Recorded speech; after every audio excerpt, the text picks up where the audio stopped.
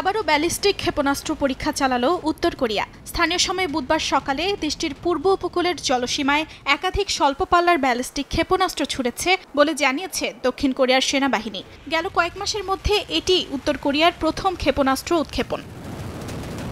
দক্ষিণ কোরিয়ার সামরিক বাহিনীর বরাতে রাষ্ট্রীয় সংবাদ সংস্থা ইয়োনহাপ জানায়, কয়েকটি বস্তু শনাক্ত করা হয়েছে যা স্বল্প পাল্লার ব্যালিস্টিক ক্ষেপণাস্ত্র বলে ধারণা করা হচ্ছে। এগুলো পূর্ব সাগর অভিমুখে নিক্ষেপ করা হয়। সিউলের কর্মকর্তারা জানান, ক্ষেপণাস্ত্রগুলো প্রায় ৩৫০ কিলোমিটার পথ অতিক্রম করেছে। দক্ষিণ কোরিয়ার যৌথ বাহিনী কমান্ডের এক বিবৃতিতে জানা যায়, অতিরিক্ত ক্ষেপণাস্ত্র নিক্ষেপের সম্ভাবনা মাথায় রেখে নজরদারি বাড়ানো হয়েছে। উত্তর কোরিয়ার ক্ষেপণাস্ত্র ছোড়ার বিষয়ে তীব্র প্রতিক্রিয়া জানিয়েছে জাপান। দেশটির নতুন প্রধানমন্ত্রী সানায়ে তাকাইচি বলেছেন, উত্তর কোরিয়ার যে কোনো হুমকি মোকাবেলায় যুক্তরাষ্ট্র ও দক্ষিণ কোরিয়ার সঙ্গে ঘনিষ্ঠভাবে কাজ করছে তার দেশ।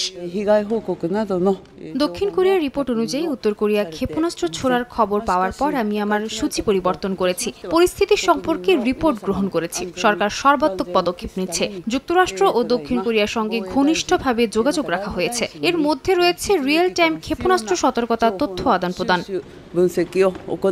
এর আগে মন্ত্রিপরিষদ সচিব মিনোরু কিহারা জানান, উত্তর কোরিয়ার যে কোনো সামরিক পদক্ষেপ নিবিড়ভাবে পর্যবেক্ষণ করে জাপান। পিয়ংইয়ং এর ক্ষেপণাস্ত্র উৎক্ষেপণে জাপানের নিরাপত্তায় কোনো প্রভাব পড়েনি বলেও জানান তিনি।